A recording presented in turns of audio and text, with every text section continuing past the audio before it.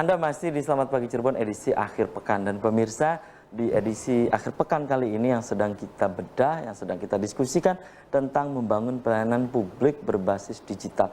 Masih bersama Kang Muiz, Ketua PC ISNU Kabupaten Cirebon, dan juga Bang Arfan, Dewan Pakar IT ISNU Kabupaten Cirebon. Bang Arfan, tadi terputus jeda iklan. Pertanyaan saya, ada hal-hal non-teknis, dan Anda menyebut tadi ini lebih banyak non-teknis. Bisa Anda sebutkan, misalnya apa gitu? Ya, hal-hal non-teknis itu masalah perubahan kebiasaan. Hal-hal yang biasanya kita dilakukan, misalnya pelayanan misalnya ke kantor desa, terus sering tatap muka gitu. Rasanya kok lebih enak begitu gitu loh daripada kita pakai aplikasi secara online gitu. Nah, itu kan mengedukasinya itu harus kita bersabar gitu kan untuk bisa melakukan itu gitu. Dan banyak hal lain yang mungkin perlu kolaborasi dari seluruh pihak gitu, antara lain pemerintah, lembaga swasta seperti ISNU dan masyarakat itu sendiri. Nah, perlu keyakinan bersama kita untuk memajukan Kabupaten Cirebon ini gitu. Jadi perlu kolaborasi, karena selama ini image-nya seolah-olah masalah pelayanan publik, digitalisasi itu urusan pemerintah aja gitu. Padahal ini adalah untuk kewajiban kita bersama, sama-sama gitu, untuk membangun. Nah, disinilah peran ISNU ya, yang ingin ikut mendorong pembangunannya di Kabupaten Cirebon ini. Baik. Nanti akan saya tanyakan ke Kang Muiz mengenai peran ISNU. Dan Kang Muiz, berkaitan dengan Smart City, ya, kemudian juga Desa Smart, ya, Masjid Smart dan seterusnya. Juga ini bagian dari pelayanan publik berbasis digital, Kang Muiz. Iya. Jadi Smart City itu merupakan salah satu program yang dicanangkan oleh pemerintah daerah atau Pemkab, ya, pemerintah Kabupaten Cirebon. Dan di mana posisi ISNU gitu kan? Dan itu saya kira menurut saya cukup bagus, karena ini sesuai dengan tuntutan kita di era revolusi industri ini, era industri 4.0 ini. Jadi semua harus berdasarkan online, termasuk diantaranya menciptakan smart city, jadi kota cerdas itu. Kota cerdas yang tampaknya segala pelayanan itu dengan menggunakan berbasis online. Nah, di sini saya kira smart city yang dicanangkan oleh pemerintah Kabupaten Cirebon itu tidak akan pernah berhasil kalau tidak melibatkan seluruh stakeholder, seluruh komponen masyarakat gitu. Dan mereka sudah pemerintah kabupaten sebenarnya sudah mengimplementasikan program itu, walaupun dalam perspektif ISNU itu masih sangat jauh sekali, dan bahkan tidak boleh dikatakan masih sangat jauh dari api dari panggang gitu. Dari program yang diselenggarakan oleh pemerintah kabupaten masih jauh dengan, gitu ya, masih jauh sekali, jauh sekali. Dan itu peran ISNU di mana gitu posisi ini? Iya, jadi ISNU sebagai sebuah lembaga, sebagai organisasi sosial kemasyarakatan gitu ya.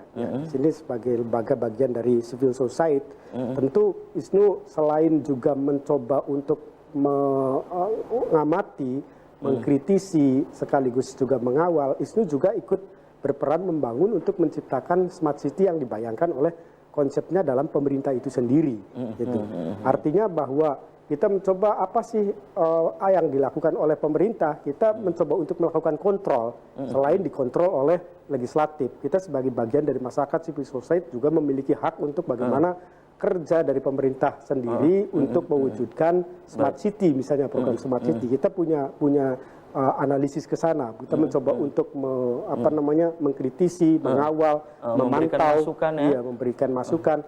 Sekaligus juga sebenarnya kita mencoba mencari alternatif dari kebuntuan yang ditemukan oleh pemerintah sendiri. Itu nantinya peran dari ISNU ya, di situ ya. Di situ sebenarnya yang paling penting. Misalnya begini, saya melihat di Kabupaten Cirebon itu dalam smart city berbasis pelayanan online itu tidak memiliki dampak apapun terkait dengan kesejahteraan masyarakat. Bagi saya sebenarnya selain memberikan pelayanan publik juga harus bisa mendongkrak terhadap kesejahteraan masyarakat.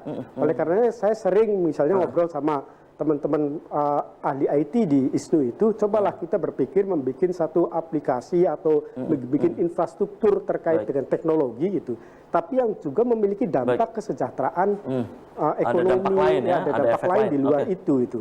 Karena Dan saat ini belum terlihat gitu kamu iya, dari yang dilakukan oleh pemerintah itu belum terlihat. terlihat. Bahkan produk teknologinya, misalnya aplikasi-aplikasi itu, kalau kita lihat sangat numpuk sekali di kantor itu. Mungkin udah Baik, ratusan baik. aplikasi yang Baik. tidak ada dampak Ya. apapun, baik terhadap pelayan publiknya maupun terhadap kesejahteraan, Baik. apalagi sampai ke tingkat kesejahteraan masyarakat. Baik. Nah, saya langsung ke Dewan Pakarnya nih, kamu saya ke Bang Arfan. Bang Arfan, ini menyambung dari kamu tadi ya, bahwa ini peran ISNU tadi sudah disampaikan ya. Ini harus ada efek lain, termasuk kesejahteraan. Nah, sebelum ke kesejahteraan ini kan muaranya ke kesejahteraan ya. Dan bagaimana dengan perkembangan Smart City menurut Anda sebagai Dewan Pakar IT ISNU Kabupaten Cirebon, desa smart itu ya, kemudian juga masjid smart dan seterusnya di Kabupaten Cirebon. Pendapat Anda? Ya.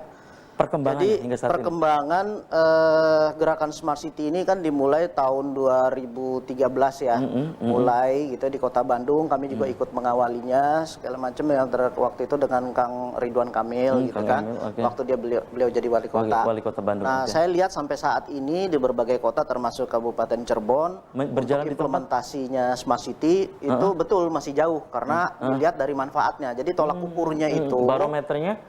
ya barometernya itu misalnya bagaimana proses pelayanan itu bisa dilakukan dengan mudah dengan online itu bisa berjalan gitu. Jadi sekarang ini kan kita masih belum misalnya itu. Terus kedua manfaat-manfaat yang dirasakan oleh masyarakat terasa langsung gitu ya. Misalnya kemudahan dalam mengakses untuk mendapatkan lapangan pekerjaan, mengakses untuk mereka bekerja dalam jualan, UMKM dan sebagainya, mendapatkan pelatihan dan segala macam gitu.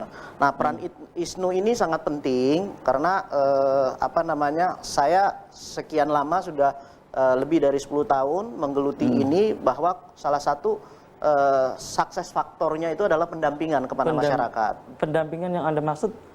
Pendampingannya itu jadi misalnya di dalam satu desa itu kan tadi saya sampaikan bahwa 80% itu kan kendalanya non teknis. Non teknis, oke. Nah, non teknisnya ini itu bisa dilakukan oleh ISNU untuk melakukan pendampingan, memberikan keyakinan kepada masyarakat dan bagaimana coba memanfaatkan dengan fasilitas pemerintah yang sudah diberikan oleh Kabupaten Cirebon ini gitu ya. Misalnya bagaimana memanfaatkan aplikasi sehingga memudahkan mereka untuk mendapatkan pekerjaan, untuk berusaha, atau untuk membuat laporan dan sebagainya macamnya gitu. Gitu Pak, kira-kira. Oke. Dan Bang Arfan, ini kan berkaitan dengan kesejahteraan ya. Ini Smart City, itu kan mungkin masyarakat di rumah juga masih banyak nih yang belum mengetahui. Apakah melulu hanya online atau memang ada hal lain sih di Smart City gitu misalnya? Ya.